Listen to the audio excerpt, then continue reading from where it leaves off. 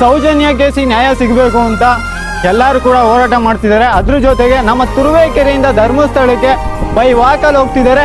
ಸೌಜನ್ಯ ಕೇಸ್ಗೆ ನ್ಯಾಯ ಸಿಗಬೇಕು ಮತ್ತೆ ಇನ್ವೆಸ್ಟಿಗೇಷನ್ ಕೂಡ ಕರೆಕ್ಟಾಗಿ ಆಗಬೇಕು ಅಂತ.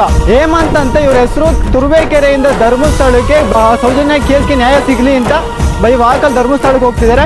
ನೀವು ಕೂಡ ಸಪೋರ್ಟ್ ಮಾಡಿ. ಇವರು ತುರುವೇಕೆರೆ, ತಿಟ್ಟೂರು, ಅರಸೀಕೆರೆ ಈ ರೂಟಲ್ಲಿ ಹೋಗ್ತಿದ್ದಾರೆ. ನಿಮ್ಗೆ ಏನಾದ್ರು ಇವ್ರು ಕಂಡ್ರೆ ಆದಷ್ಟು ಇವ್ರಿಗೆ ಹೆಲ್ಪ್ ಮಾಡಿ. ಏನಾರು ಹೆಲ್ಪ್ ಬೇಕಾದ್ರೆ ನೀವು ಏನಾರು ಜಾಯ್ನ್ ಆಗಂಗಿದ್ರೆ ಜಾಯ್ನ್ ಆಗಿ ಇವ್ರ ಜೊತೆಗೆ. ಆದಷ್ಟು ಬೇಗ ನ್ಯಾಯ ಸಿಗಲಿ. ಮತ್ತೆ ಜೀವಂತ ಸಾಕ್ಷಿ ಇದ್ದು ಮುಚ್ಚಾಕಕ್ಕೆ ನೋಡ್ತಿದ್ದಾರೆ. ಅವ್ರಿಗೆಲ್ಲರಿಗೂ ಕೂಡ ಕಾನೂನು ಕ್ರಮ ತಗೊಳ್ಬೇಕು, ಕರೆಕ್ಟಾಗಿ ಇನ್ವೆಸ್ಟಿಗೇಷನ್ ಆಗಬೇಕು ಅಂತ ಹೇಳ್ತಾ ಈ ವಿಡಿಯೋ ಮುಗಿಸ್ತೀನಿ. ನಿಮಗೆ ಈ ವಿಡಿಯೋನ ಶೇರ್ ಮಾಡಿ. ಆದಷ್ಟು ಜನಕ್ಕೆ ಅರಸೀಕೆರೆ, ತಿಪ್ಟೂರು ಈ ಸೈಡ್ ಇರೋರಿಗೆ ಶೇರ್ ಮಾಡಿ. ಅವರು ಕೂಡ ಜಾಯ್ನ್ ಆಗಂಗಿದ್ರೆ ಜಾಯ್ನ್ ಆಗಲಿ ಇವ್ರ ಜೊತೆಗೆ. ಒಬ್ಬರೇ ಹೋಗ್ತಿದ್ದಾರೆ, ನಾನು ಕೂಡ ಸಪೋರ್ಟ್ ಮಾಡ್ತೀನಿ. ಸ್ವಲ್ಪ ದೂರ ಹೋಗ್ತೀನಿ, ಎಕ್ಸಾಮ್ ಇದೆ. ಎಕ್ಸಾಮ್ ಇರೋದ್ರಿಂದ ನಾನು ಹೋಗೋಕ್ಕಾಗಲ್ಲ. ನೀವೇನಾದ್ರು ಜಾಯ್ನ್ ಆಗಿದ್ದರೆ ಜಾಯ್ನ್ ಆಗಿ ಆದಷ್ಟು ಬೇಗ.